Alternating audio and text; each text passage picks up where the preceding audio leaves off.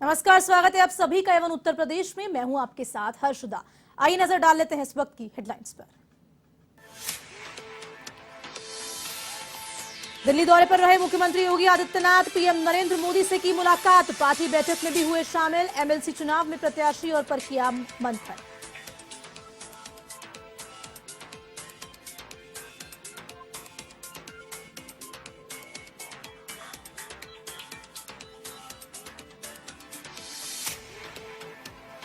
CM Yogi Adityanath का police अधिकारियों को निर्देश, क्रिसमस पर ना हो धर्मांतरण की घटनाएं। क्रिसमस को सौहार्दपूर्ण माहौल में मनाने की करें व्यवस्था।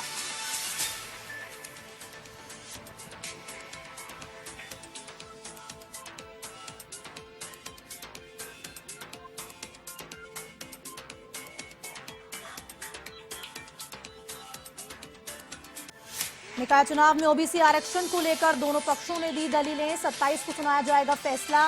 लखनऊ खंडपीठ ने सुनाया फैसला।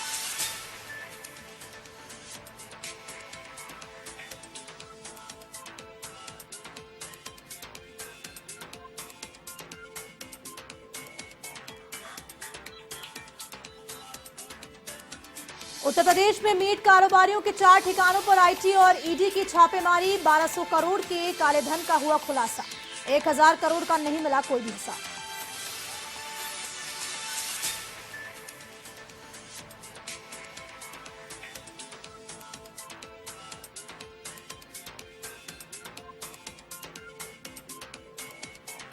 श्री कृष्ण जन्मभूमि विवाद में अहम मोड़, कोर्ट ने दिया अमीन सर्वेक्षण का आदेश। मथुरा में विवादित स्थल शाही ईदगाह के सर्वे का आदेश। 20 जनवरी तक सौंपनी होगी रिपोर्ट।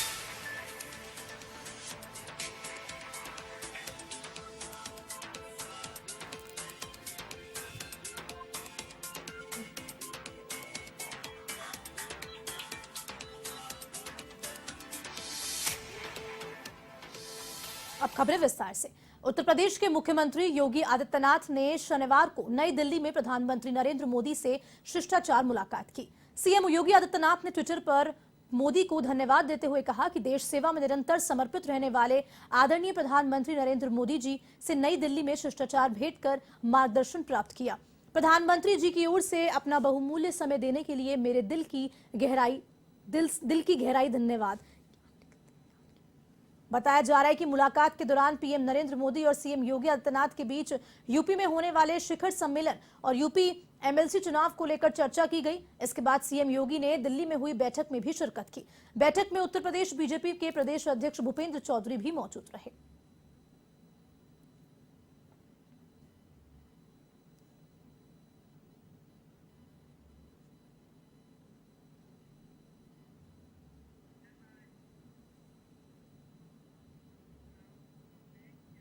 निकाय चुनाव में ओबीसी आरक्षण लागू किए जाने के मामले में इलाहाबाद हाईकोर्ट की लखनऊ पीठ में शनिवार को सुनवाई हुई। इस दौरान याची पक्ष और सरकारी पक्ष के वकील ने अपनी अपनी दलीलें दी। दोनों पक्षों की दलीलें सुनने के बाद कोर्ट ने फैसला सुरक्षित रख लिया है। अब 27 दिसंबर को मामले में फैसला सुनाया जाएगा। आपको बताते चलें कि शुक्रवार को समय की कमी के कारण सुनवाई पूरी नहीं हो सकी थी। न्यायमूर्ति देवेंद्र कुमार उपाध्याय और न्यायमूर्ति सौरभ लावनिया की खंडपीठ में याची पक्ष ने निकाय चुनावों में ओबीसी आरक्षण को एक प्रकार का राजनीतिक आरक्षण बताया है, तो वहीं राज्य सरकार ने हलफनामे में यह कहा है कि स्थानीय निकाय चुनाव मामले में 2017 में हुए ओबीसी की सर्वे को आरक्षण का आधार माना जाए।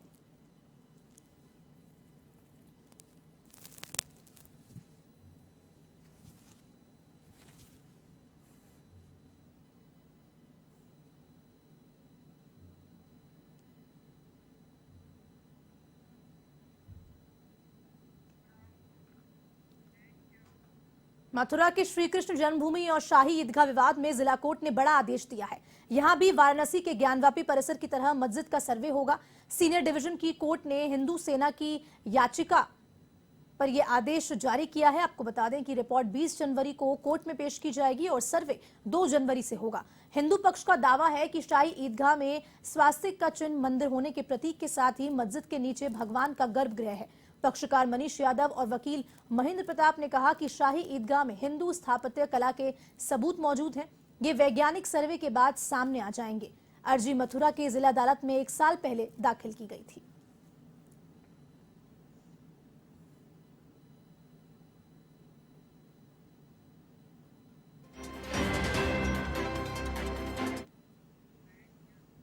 यूपी के लखनऊ, उन्नाव और बरेली में मीट कारोबारियों पर आईटी और ईडी की छापेमारी की गई। 4 दिनों तक चली इस छापेमारी में विभाग ने 1200 करोड़ के कालेधन का खुलासा किया है, जिसमें 1000 करोड़ का तो कोई हिसाब नहीं मिला। मीट कारोबारियों की कंपनी के 4 ठिकानों पर एक साथ हुई इस कार्रवाई के बाद अब व्यापारियों ने ये पैसा खुद का नहीं होने और दूसरे का होना स्वीकार किया है। आपको बता दें कि आयकर विभाग और ईडी ने Rustam food private limited Lucknow और Unnao, Al Sumama agro food private limited Bareilly, Rebar food industry private limited और Maria frozen agro food products private limited कंपनियों के ठिकानों पर छापेमारी की है।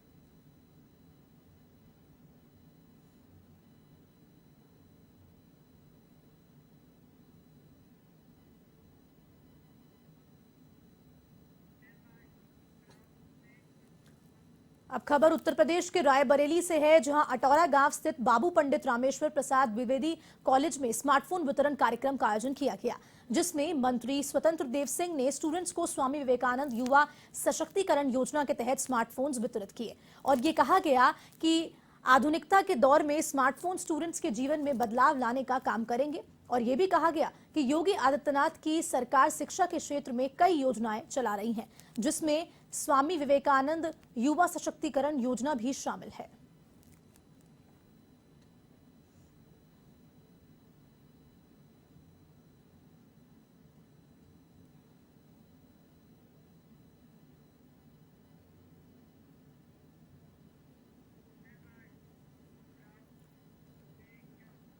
लखनऊ में पूर्व प्रधानमंत्री अटल बिहारी वाजपेयी के जन्मदिन के अवसर पर अटल स्वास्थ्य मेले का शुभारंभ किया गया। रक्षा मंत्री राजनाथ सिंह के पुत्र और बीजेपी युवा नेता नीरज सिंह की ओर से अटल स्वास्थ्य मेले का आयोजन किया जा रहा है, जिसमें उप मुख्यमंत्री ब्रजेश पाठक, महापौर संयुक्ता भाटिया, नगर अध्यक्ष मुकेश शर्मा, पूर्वी क्षेत्र के विधायक आशुतोष टंडन, स्वास्थ्य चिकित्सा महानिदेशक डॉक्टर लिली सिंह और लखनऊ सीएमओ डॉक्टर मनोज अग्रवाल ने शिरकत की। स्वास्थ्य मेले में निःशुल्क कैंप जांच और ऑपरेशन की सुविधाएं दी जा रही हैं।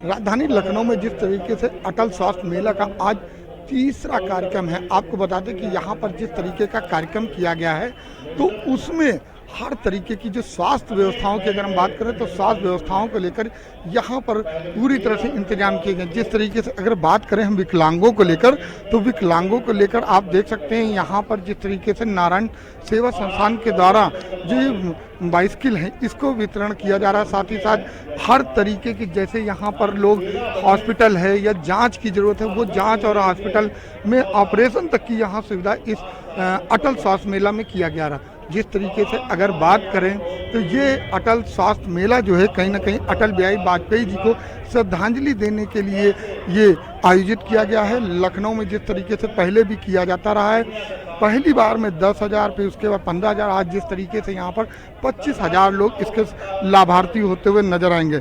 हमारे साथ कुछ लोग हैं, आइए उनसे बात करते हैं, उनसे जानते हैं कि जिस तरीके को यहाँ पर उनको सेवा मिली उनको कैसा लग रहा है। क्या नाम है भाई? राजेश कुमार गुप्ता। कहाँ से आए हैं? मैं बलिया के रहना, इंदिरा नगर से रहता हूँ, लखनऊ में रहता हूँ।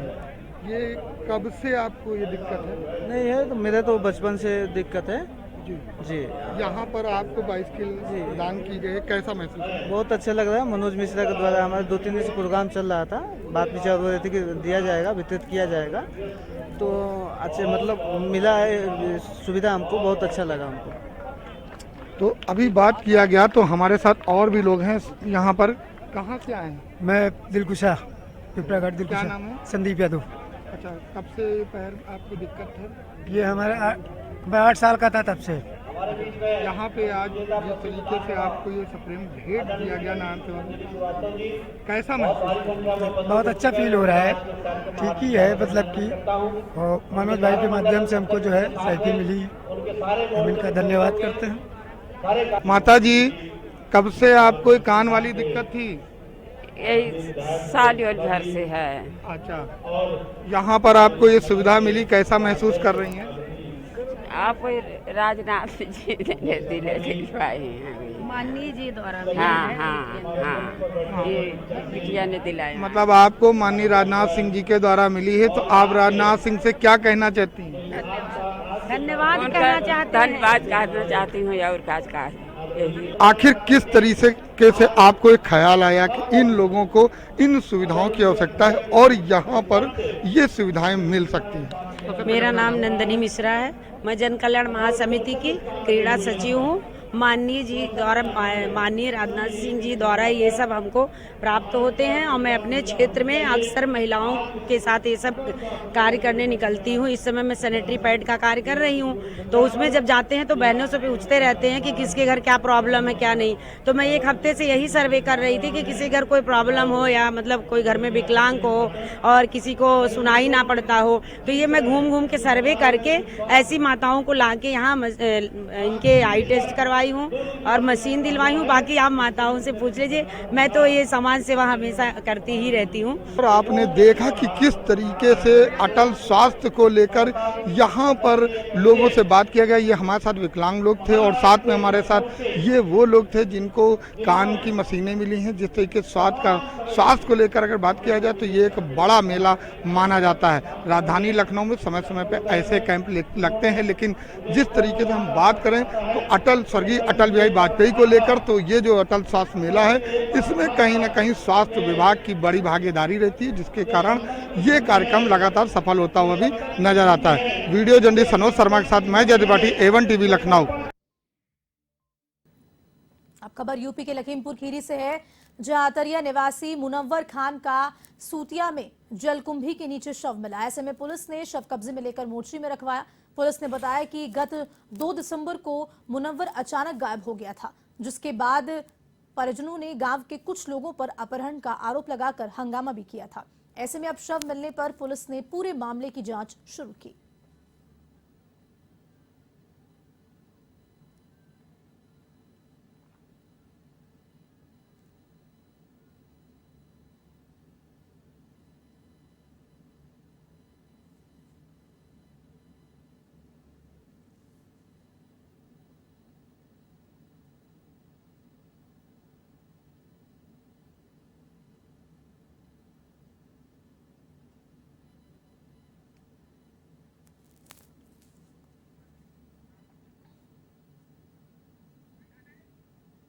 अब खबर यूपी के अमरोहा जनपद से है, जहां हसनपुर में अपने प्रेमी के साथ मिलकर अपनी बेटी की हत्या करने वाली हत्यारी मां और उसके प्रेमी को गिरफ्तार कर लिया गया है।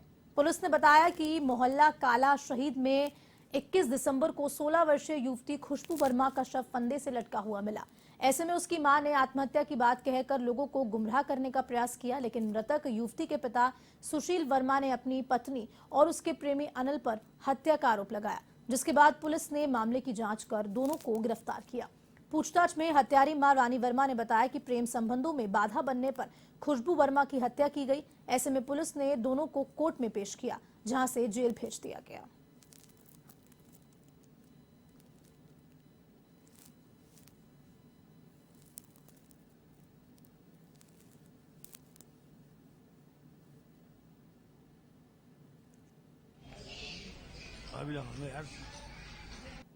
ये हमारे यहाँ मोहल्ला काला शहीद थाना, ये कस्बा थाना हसनपुर की एक श्रीमती रानी वर्मा है और एक इनके प्रेमी हैं अनिल पुत्र मनोहर। इन लोगों के ऊपर रानी वर्मा के पति श्री सुशील वर्मा ने आरोप लगाया है कि इन्होंने अपनी बेटी का मर्डर कर दिया। तो हम लोगों ने जब पता लगाया तो पता चला कि एक 14 साल की लड़की थी खुशबू वर्मा। खुशबू वर्मा की माँ यानी रानी वर्मा ये अपने पति सुशील वर्मा से कई सालों से अलग रह रही थी और इनका एक अनिल पुत्र मनोहर व्यक्ति से संबंध था, जिस बात को लेके रानी वर्मा की अपनी बेटी से खुशबू वर्मा से ही अनबन रहती थी। वो मना करती थी आप ये सब मत करो, लेकिन ये जो है कि नहीं मानती थी। इसी बात पे इनका अक्सर झगड़ा होता रहता था इन लोगों का। और 21 दिसंबर की सुबह 6 बजे भी खुशबू वर्मा जब सो के उठी तो उसने देखा कि अनिल और उसकी माँ जो है एक साथ है। इस बात पर उनका झगड़ा हुआ। जो लोग इनकी सादतों से तंग आ चुके थे तो इन्होंने गुस्से में रानी वर्मा और अनिल ने मिलकर उसे गले दबा के हत्या। यूपी के देवरिया में पवन पांडे पर फायरिंग करने के मामले में एक बड़ा खुलासा हुआ है। दरअसल सदर कोतवाली में 2 युवकों के खिलाफ मामला दर्ज करवाया गया था, जिसमें आरोप लगाया गया था कि 2 युवकों ने पवन पांडे को गोली मारी। मामले की जांच पड़ताल के दौरान सामने यह पाया कि पवन पांडे ने ही अपने 4 दोस्तों के साथ मिलकर फायरिंग की योजना बनाई थी, जिसमें पैसों के लेन देन के चलते वे 2 युवकों को फंसाना चाहता था। इसी के लिए पवन पांडे ने खुद ही अपनी कमर पर गोली मारी। मामले का खुलासा करते हुए पुलिस ने चारों आरोपियों को गिरफ्तार कर लिया है और बाइक, मोबाइल के साथ अवैध हथियार भी जब्त किए हैं।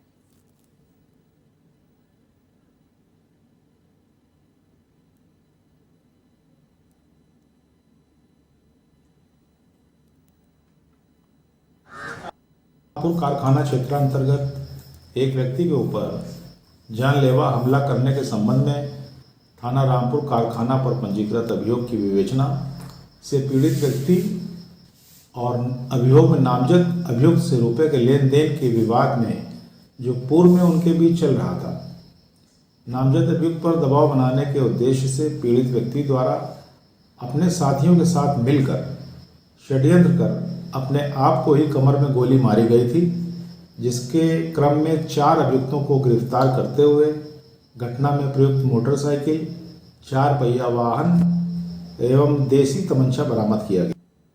अब खबर यूपी के नगर पंचायत हरैया से है, जहां सभासदों ने शुक्रवार से 4 सूत्री मांगों को लेकर धरना दिया। सभासदों का यह आरोप है कि निर्माण कार्यों में घटिया सामग्री का प्रयोग किया गया है। ऐसे में नगर पंचायत के वर्तमान बोर्ड की ओर से कराए गए निर्माण कार्यों की उच्च स्तरीय समिति से जांच कराने की मांग की। सूचना पर उप जिलाधिकारी गुलाब चंद और क्षेत्राधिकारी शेषमणि उपाध्याय, थाना अध्यक्ष शैलेश कुमार सिंह मौके पर पहुंचे और समझाइश की, जिसके बाद सभासदों ने धरना समाप्त कर दिया और जल्द ही मांग नहीं मानने पर आगामी 28 दिसंबर को आंदोलन की चेतावनी दी। इस दौरान ईओ संजय कुमार, नगर पंचायत अध्यक्ष राजेंद्र प्रसाद गुप्ता, सभासद नमन कुमार सिंह, रामजी सोनी, फयाराज अहमद समेत अनेक लोग मौजूद रहे।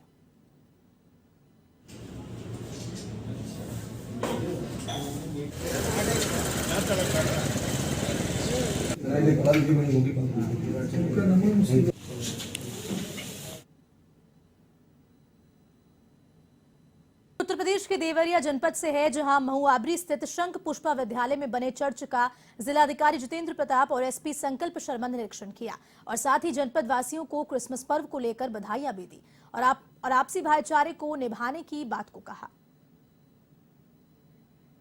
वक्त एक छोटे से ब्रेक का, खबरों का सिलसिला जारी रहेगा।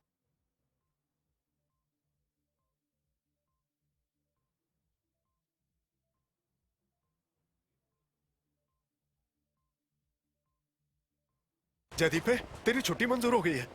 तिनके उम्मीदों के बांधे हैं हिम्मत से, सपनों के साहिल है, अपनों के अरमा है। घर पक्का हो रहा है बेटा तेरे ऑर्डर पे। और सीमेंट जेके सुपर सीमेंट पुत्र, किसकी हिम्मत जो एक फौजी की बात डाले। मेरा पुत्र मेरा रक्षक। देश के रक्षक से ज्यादा सुरक्षा का महत्व कौन समझेगा। जेके सुपर सीमेंट, बिल्ड सेफ। देवताओं की भूमि कहलाता है उत्तराखंड। जितना ठंडा है यहाँ,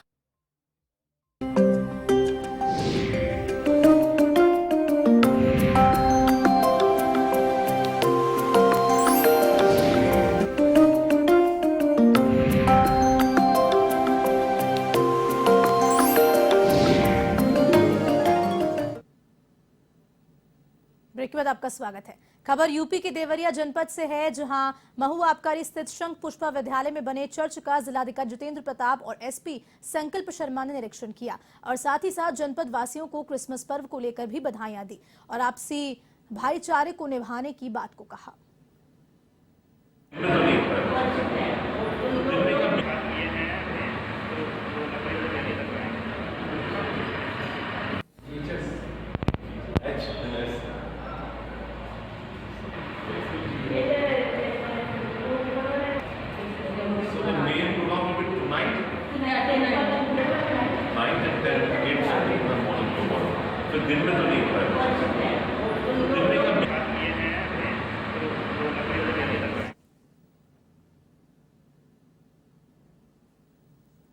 यूपी के देवरिया में भटवलिया स्थित ट्रांसफार्मर वर्कशॉप में भीषण आग लग गई। आग ने देखते ही देखते इतना विकराल रूप ले लिया कि जिससे इलाके के लोगों में अफरा तफरी का माहौल बन गया। वहीं सूचना के बाद पहुंची दमकल ने आग पर काबू पाया। फिलहाल मामले की जांच की जा रही है।